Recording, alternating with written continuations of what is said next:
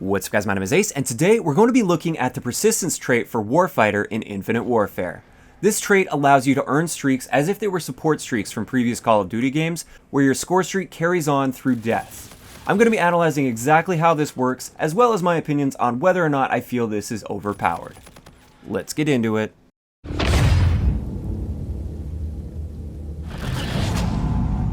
Alright guys, so the first thing we're going to look at is how much extra score is required using persistence in order to earn your score streaks. So this is really easy to see for yourself. If you want to see exactly how much it takes to earn, all you have to do is select persistence while you're creating your classes there, and it will automatically change the score streak values so you can see exactly what it'll take to earn each one of them. But I did the math on all of these anyways, just to see how much they would change from the base score streak, and I thought I'd share that with you today. And it turns out this isn't just a base multiplier.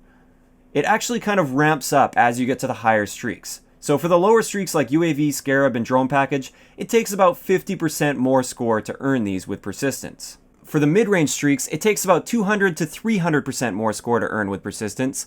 And finally, for any of the streaks from the bombardment up, it's going to take at least 4 times as much score to earn those. The one exception is the RC8, but it's like 3.86 or something. They just rounded down to a nice even number, but it's pretty much a 4 times multiplier for all of these streaks above the bombardment. So if you look really carefully at a lot of these streaks, the average player is never going to be able to earn some of these top-end streaks. Like the AP3X, for instance, which is the highest streak in the game right now, it takes 6,200 score to earn with persistence. And the average player, even if they're playing some of the higher score game modes like Domination or Hardpoint or something like that, the average player is almost never going to get 6,200 score in a game. Some above average players, absolutely, but the average player, not a chance. Also, if we look at a game mode like Team Deathmatch, for instance, the average player doesn't usually break 2,000 score or 2,500 score, and it would be very rare for an average player to break 3,000 score. So the highest they're going to be able to earn in Team Deathmatch is going to be like Scorchers, and that's not even going to be every game for most people. Now, of course, the above average players, they will be able to earn some of these higher end streaks, but those are the types of players that can probably earn these streaks anyways, so it's really not that big of a deal in my mind.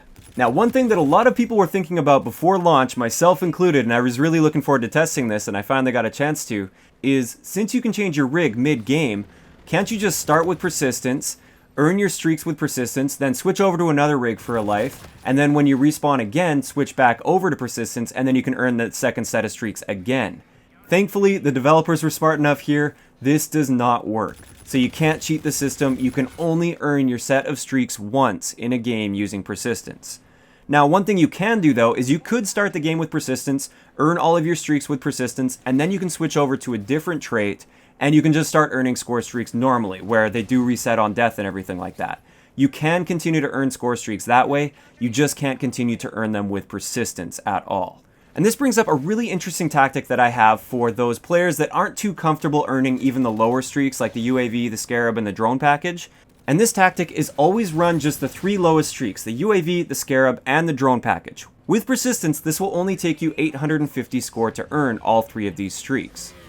So this means every game you should be pretty much guaranteed to earn all 3 of these streaks.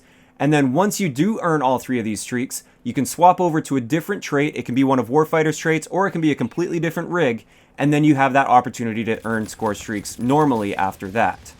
This way, you're at least guaranteed to earn some score streaks throughout a game and get that little bit of enjoyment, and one of those streaks happens to be a Drone Package, which means you at least get to roll the dice once a game, and you may end up getting some of the higher streaks that you otherwise wouldn't be able to earn.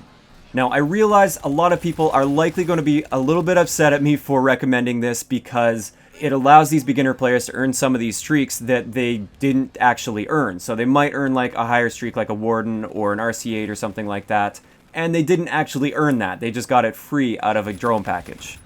But at the end of the day, we're dealing with care package drop rates, which most of the time they're going to get something like a UAV or something out of it anyways.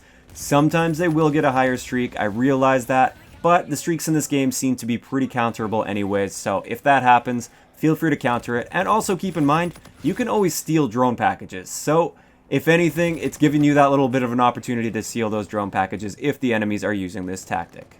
And another thing to keep in mind is these players are going to be sacrificing a trait slot in order to do this strategy, and a lot of the traits in this game are extremely powerful and very, very useful, much more useful than using persistence. One more issue that a lot of people are seeing with persistence is the fact that you can stack it with combat focus. You can use combat focus as your payload and persistence as your trait. Now this combo will definitely help you get towards some of those streaks and maybe help you reach some of those streaks that you otherwise wouldn't have earned without combat focus. But still, it's not going to be able to allow an average player to earn like consistent wardens or consistent RC8s in games. And also, you have to realize there's that trade-off factor. If they're using combat focus, that's fine. I can be using something like an equalizer, or an eraser, or phase shift, or FTL jump, or a steel dragon. All of these things, in my opinion, are going to help so much more than one single warden will in a game. So overall, do I feel like persistence is some crazy overpowered trait? No, not at all. I feel like they did a good job of balancing this. It's to the point where some of like the top tier players might be able to get some of the top streaks in the right game modes, but only in the right game modes. And that's pretty much it. You're not going to see average players get consistently top tier streaks. It's just not going to happen, and I really like how they balance that. I also like the fact that they block people from constantly just like cycling through UAVs, for instance, by only running the low ones and then constantly cycling through streaks. They made it so with persistence you can only cycle through your set of streaks once in a single game. So I'd like to know in the comment section below, what's your opinion of persistence? Do you think you'll ever use it? Do you think it's overpowered? What are your thoughts on it so far? If you enjoyed the video, a like rating is always appreciated, and don't forget to subscribe for more if you haven't already. I'll talk to you guys next time.